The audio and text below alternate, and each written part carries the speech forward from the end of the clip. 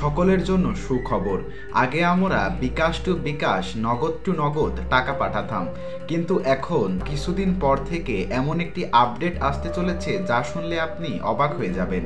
আপনি চাইলে বিকাশ থেকে নগদে টাকা পাঠাতে পারবেন, আবার নগদ থেকে বিকাশে টাকা পাঠাতে পারবেন। শুধু এটাই নয়, এছাড়াও উপায় রকেটেও টাকা পাঠাতে পারবেন। মানে আপনার কাছে যে কোনো অ্যাকাউন্ট থাকলে সে অ্যাকাউন্ট থেকে অন্য কোনো অ্যাকাউন্টে টাকা ট্রান্সফার করতে পারবেন খুব সহজেই। আমি প্রথমে এমনটা বিশ্বাস করিনি, পরে দেখি বাংলাদেশ ব্যাংক একটা নতুন পোস্টে জানিয়েছে যে আগামী নভেম্বরের 1 তারিখ থেকে এই কাজটি চালু হবে। আবার অনেকেই ভাবতে পারেন যে এইটা করতে গেলে হয়তো অনেক টাকা ফি কাটবে। আসলে না, যেমন এখন কাটে 1015 টাকা কি 16 টাকা করে নগদ বা বিকাশে কাটে, আর সেই সময় বা এর থেকেও কমে কাটার চিন্তা ভাবনা করছে বাংলাদেশ ব্যাংক, যা কাটবে 8 টাকা থেকে 8 টাকা 50 পয়সা পর্যন্ত।